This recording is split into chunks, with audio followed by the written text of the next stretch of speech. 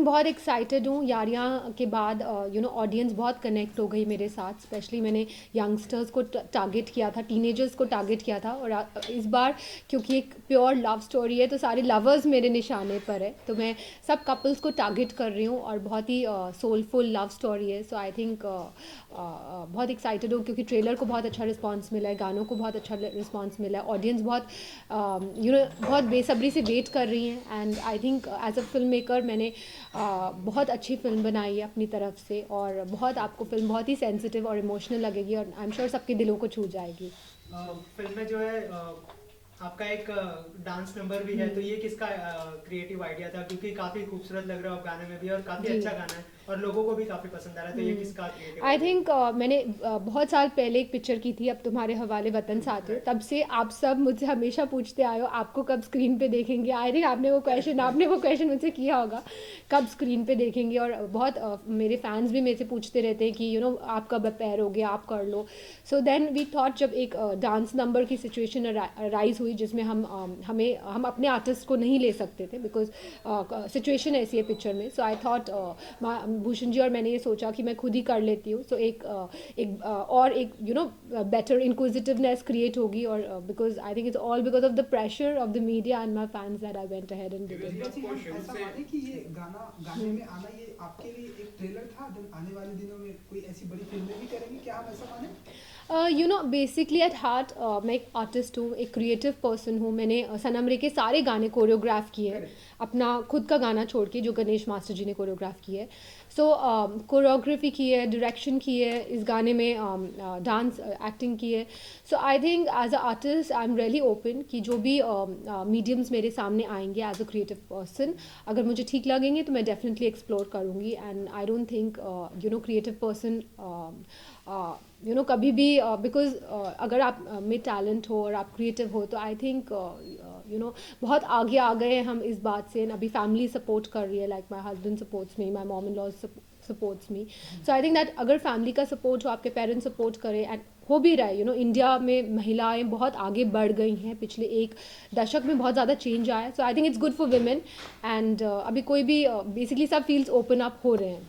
Film की star cast कैसे finalise की गई? क्योंकि जो आपकी पहली फिल्म थी उसमें भी हिमांशु और राहुल की केमिस्ट्री को लेकर काफी तारीफ की गई थी, और इस फिल्म में भी पुलकित और यामी को लेकर काफी चर्चाएं हैं केमिस्ट्री को लेकर। तो क्या खास बात होती है जब आप किसी भी कपल, मतलब किसी भी एक्टर को साइन करते हैं अपनी फिल्म के लिए? सी पुलकित को मैंने जब कास्ट किया था, सो मैंने बोला भी पुलकित को कि मैं आपको इसलिए कास्ट कर रही हूँ because I see a certain sadness in your eyes. जिस बात को वो जोक करता है कि she casted me because she said कि मेरी आंखों में कुछ उदासी दिखती है, तुम्हारी आंखों में मुझे कुछ उदासी दिखती है। सो ही लाफ्स अबाउट इट।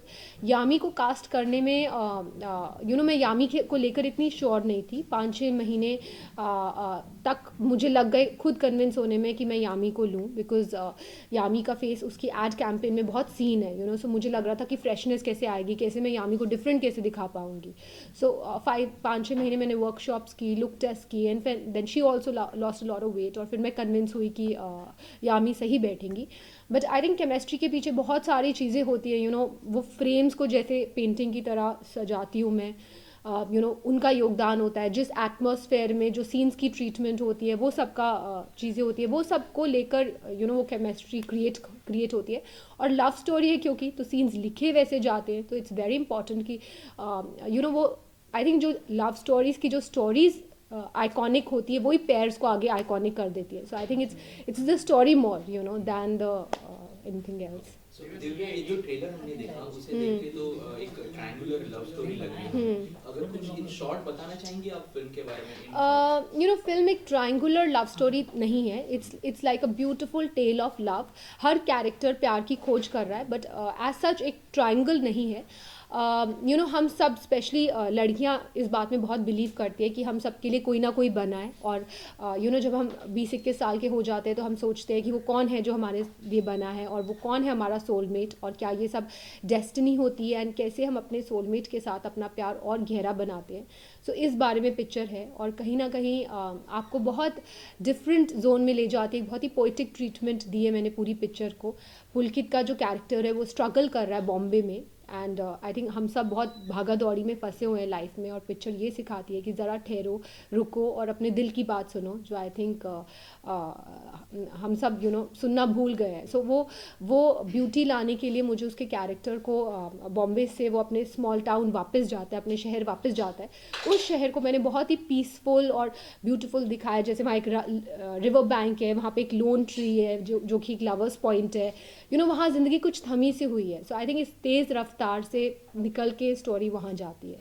अच्छा, वैलेंटाइंस डे के दिन फिल्म रिलीज हो रही है, साथ में फितूर भी आ रही है, तो as a film maker what is your thought कि जब दो फिल्में क्लैश होती है, फर्क पड़ता है इन टर्म्स ऑफ कितना फिल्म एक्सपेक्ट करेगी या लोगों को कितनी पसंद आएगी, और खासकर जब वैलेंटाइंस डे पे दोनों फिल्म रिलीज हो रही है? As a film maker I think मेरे लिए सबसे इम्पॉर्टेंट बात यह है कि मैं खुद अपने टैलेंट पे कॉन्फिडेंस रखूँ, खुद अपने आप पे कॉन्फिडेंस रखूँ. नहीं तो मैं फिल्म मेकिंग कर ही नहीं पाऊँगी, बिकॉज एज इट इज़ बहुत रिस्क टेकिंग काम है. आप प्रोडिक्ट नहीं कर सकते कि आप जो पिक्चर बनाओगे वो चलेगी चलेगी, या कोई पिक्चर आएगी वो चलेगी या नहीं चलेगी. आई थिंक इवेंचुअली ऑडियंस कितना प्यार देती है उस बात पे डिपेंड करता है. बहुत मेहनत से मैंने यारियां बनाई थी, तब भी हमारे साथ एक पिक्चर आई थी by the grace of God and by audience, so much of support and love. Picture बहुत अच्छी हिट रही. और इस बार भी मैंने लव स्टोरी बनाई है. सो आई थिंक मैंने सिर्फ अपने आप पे कॉन्फिडेंस रख के बनाई है, और मैं बिल्कुल इनसिक्योर नहीं फील करती इस बात से कि मेरे सामने कोई और पिक्चर आ रही है. आई फील अगर मेरी 2 पिक्चरें ये हिट हो गई, सनम रे भी अगर हिट हो जाती है, तो थर्ड टाइम लोग मेरे सामने आने से डरेंगे. सो आई थिंक मैं एक एक स्टेप करके चढ़ रही हूँ, and as a creative person मैं खुद अपनी ग्रोथ में बिलीव रखती हूँ, एंड दैट्स इट. हर फ्राइडे काफी लव स्टोरीज आती है बॉक्स ऑफिस पर, तो आपकी जो लव स्टोरी है सनम रे, ये बाकी लव स्टोरीज से कैसे अलग है? बहुत टाइम से मुझे लग रहा है कि रोम कॉम्स बहुत आती है, पर एक प्योर लव स्टोरी बहुत कम आती है. लाइक आशिकी 2 मुझे बहुत प्योर लगी थी, इनोसेंट लगी थी.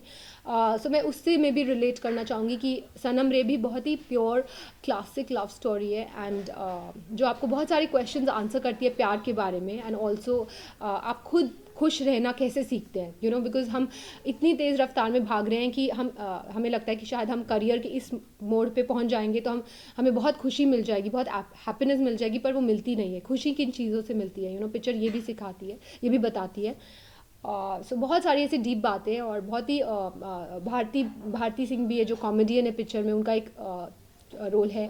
सो वो सब बहुत फन एलिमेंट डाला है पिक्चर में. बहुत कमर्शियल वे से एक लव स्टोरी बनाई है जिसमें सारे एलिमेंट्स है, जिसमें ड्रामा है, कॉमेडी है, प्योर लव है, बहुत अच्छा म्यूज़िक है, बहुत अच्छी लोकेशंस चूज़ की है. सो आई थिंक इन सब चीज़ों को लेकर एक पिक्चर अलग बनती है, बिकॉज ट्रेलर्स और गाने लोगों को पसंद आ रहे हैं और लोगों को डिफरेंट लग रहे हैं. आई थिंक उसी बेसिस पे लोगों को लगेगा कि ये पिक्चर डिफरेंट है. फिल्म वैलेंटाइंस डे के मौके पर रिलीज होने वाली है. आपकी लव स्टोरी किस तरह की है, अगर 2 लाइनों में कहा जाए? अगर मेरी खुद की लव स्टोरी आई थिंक आप भूषण जी से कुछ किस्से शेयर करना चाहेंगे? जब मैं अब तुम्हारे हवाले वतन साथियों कर रही थी, तब मैं अपने डायरेक्टर के घर पे भूषण जी से पहली बार मिली थी, जब एक वो रोमांटिक गाना बना रहे थे, उसकी सिटिंग कर रहे थे. उस ड्यूरिंग में मिली थी. और मैं दिल्ली से हूँ ओरिजिनली, एक मिडिल क्लास फैमिली से. मैं वहाँ पर दिल्ली में मॉडलिंग कर रही थी, और फिर मैं 2-3 साल बाद बॉम्बे शिफ्ट हुई, और बॉम्बे में मॉडलिंग कर रही थी एंड एक्टिंग कर रही थी. But I come from such a background कि कोई सोच भी नहीं सकता कि मेरे parents, because I come from a Punjabi family, so कोई सोच भी नहीं सकता कि मेरे पेरेंट्स अकेली अपनी लड़की को बॉम्बे जाने देंगे, जहाँ पे वो किसी को भी नहीं जानती. So it was, I think it was all destiny कि कैसे मेरे पेरेंट्स माने बिना कोई प्रॉब्लम किए, एंड कैसे उन्होंने मुझे जाने दिया. So I think it's destiny की मेरी मे बी डेस्टिनी इधर बुला रही थी. May be I was meant to marry Bhushan की किसी तरह वहाँ से डेस्टिनी ने मुझे बॉम्बे शहर में खींच लिया, and I got married to him so soon. Although मैं वर्क के लिए आई थी, but I think within 2 years of coming to Bombay I got married to him. So I think this is a soul connection, मैं believe करती हूँ. और बहुत सारे अपने पर्सनल लाइफ के एलिमेंट्स मैंने पिक्चर में डाले हैं. सो या अब तक का सबसे स्पेशल गिफ्ट क्या मिला है, और आपकी लव स्टोरी कितनी कनेक्ट करती है सनम रे से? अब तक का भूषण जी से सबसे स्पेशल गिफ्ट क्या मिला है आपको? आई थिंक एक सबसे स्पेशल गिफ्ट जो मिला था वो ये था कि वो मेरे लिए बहुत ही ह्यूज टेडी बेयर लाए थे आचीज़ से. हर लड़की को टेडी बेयर बहुत पसंद होते हैं. सो वो इतना बड़ा टेडी बेयर लाए थे कि वो घर के दरवाजे से भी अंदर नहीं आ रहा था, और अभी तक वो है मेरे पास और मेरे बेटे के रूम में. So I think that's the most beautiful gift. और फिल्म से किस तरह से कनेक्ट करेगी आपकी love story? I think over the years हर कपल का प्यार और गहरा होना चाहिए, यू नो. इतनी इजी बात नहीं होती एक marriage life, because her person के अलग अलग सोच होती है, अलग विशेज़ होती है, अलग ड्रीम्स होती हैं. सो अगर ओवर द इयर्स आप एक कंपैटिबिलिटी अचीव कर लो और आपका प्यार और गहरा होता जाए, so I think that is pure love. So I would like to say that he is my soulmate and it's pure love between us. Viva ji, आप शुरू से डायरेक्टर बनना चाहती थी या फिर कभी आपने एज अ लीड एक्टर बनने की भी कोशिश? You know, I never thought कि मैं डायरेक्टर बनूंगी. I think that's what like अभी अक्षय से recently when I met and I acted opposite him and अब तुम्हारे हवाले वतन से आती हो, सो ही वाज टेलिंग मी कि अरे तू तो डायरेक्टर बन गई, because he couldn't believe, you know. So I told him कि ज़िंदगी आपको कहाँ ले जाए you can never predict. So I think life is taken me on another route. मैं शुरू से बहुत क्रिएटिव रही हूँ और वो creativity as a creative person अपने आप को और बेहतरीन बनाने की खोज में आई थिंक मैं यहाँ तक पहुँच गई हूँ. So I think life is taken me here. Divya ji, एक आखिरी सवाल. हमने देखा है यंगस्टर को लेके आप काम करती हैं, तो आगे हम देखेंगे कि जो बिग सेलिब्रिटी हैं, बड़े सेलिब्रिटी, उनके साथ में भी आप ऐसी कोई लव स्टोरी को लेके काम करेंगे? तो ऐसा कोई आइडिया है आपका? I think most important cheese story होती है, यू नो. किसी भी स्टार को आई डोंट थिंक मैं इस वजह से कास्ट करूँगी क्योंकि वो एक स्टार पुल लाएंगे या एक स्टार पावर लाएंगे. स्टोरी का किरदार अगर डिमांड करेंगे कि इसमें मैं कोई बड़े स्टार को कास्ट करूं तो मैं बिल्कुल झिझकूंगी नहीं. जैसे मेरी स्टोरी के किरदार में एक ऋषि जी का रोल है, कपूर जी एक स्पेशल अपीयरेंस कर रहे हैं, तो मैंने बिल्कुल नहीं झिझकी. मैंने उनसे जाकर बात की एंड आई थिंक उन्होंने इतना अच्छा पोर्ट्रे किया है कि उनके सिवा कोई कर ही नहीं सकता था ये role. And he is looking outstanding, you know, in my film and those scenes are really beautiful. So I think अगर मुझे लगेगा कि कोई स्टार के आने से ये मेरा किरदार और स्टोरी और बेहतरीन हो जाएगी तो मैं डेफिनेटली जाके अप्रोच करूँगी. Thank you so much. Thank you. and all the best. Thank you. Yeah.